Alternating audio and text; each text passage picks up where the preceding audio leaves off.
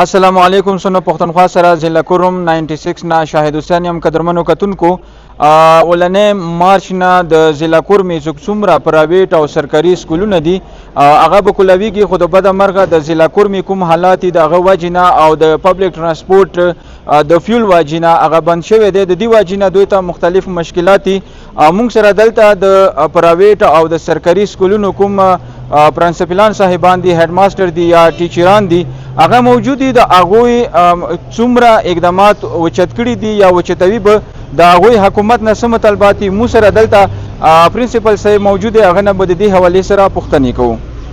جی شکریه تاسو ټیم راکولی نه لکه مخکې هم ذکر شوی دی د دسمبر نه د تعلیمي ادارې بند شوي دي او اوس خو 1 مارچ نه د کومې ادارې خلاصېدونکي دي نه معلومیږي څه خلاص شي. په دې یو سبا ورځ ده که سبا ورځ مو ته فیول اویلیبل شول نو ډیفینیټلی 1 مارچ نه تعلیمي ادارې خلاصې وي. خو معلومیږي نه په دې اوسه پورې نه سټیشنري شته دی، نه یونیفارم شته دي، نه فیول شته دي، نه نور ضرورت زندگی شته دي. نو دی وجه نه معلومیږي نه چې 1 ادارې نه 1 مارچ نه د تعلیمي ادارې خلاص شي، بلکې ټیل فردر پورې سره پورې سموته دا سمونه اویلیبل نه شي. تعلیمي ادارې به میل او فیمیل ټول به ډسټریکټ کورم کې باندې حکومت نه تاسو نور څه مطالبات دي چې دلته تاسو د سټیشنري خبرو کوم خبرو وکړو دلته سټیشنري نه راځي د لارو بندش ته واجب د بندیز وجنه د دې حواله سره تاسو کوم اقدامات کړی دي حکومت نه مطالبات کول غواړي؟ مین ډیماند خدای سوره کرایسس شوی دي، سوره مشکلات جوړ شوی، سوره ایشوز دي د مین روډ وجنه ده. چونکی مین روډ کوم دی د سرکاري د حکومت د ریاست پراپرټي دی. کله چې مین روډ کلاو شولو بغیر کنوي سیف شولو نو دا ټولې مسلې مغه ورځي خلاصې دي. نو مو ګورنمنت دا فورزور ډیماند کوو چې مین ټل پرشنا روډ بلا تفریق ټول ډسټریکټ کورم پاره کلاو شي.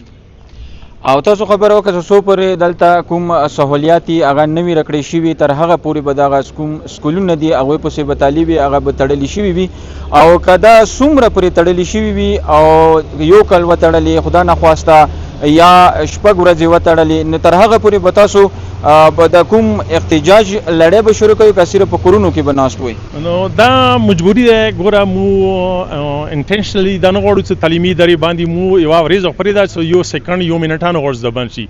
نو که دا نږدې وختو کې یوې هفتې پورې دا سلسله همداسې وساتلی شوله او روډونه خلاص نه شول، موږ ته دا شیونه اویلیبل نه شول، بیا به مو بل پلان ته ځو بل پلان ته ځو بل پلان ته ځو، بیا مجبور یو مو نه صرف مو بلکې بچي به راوځي، والدین به راوځي، روډو ته به راوځي، احتجاج به کوي. مننه.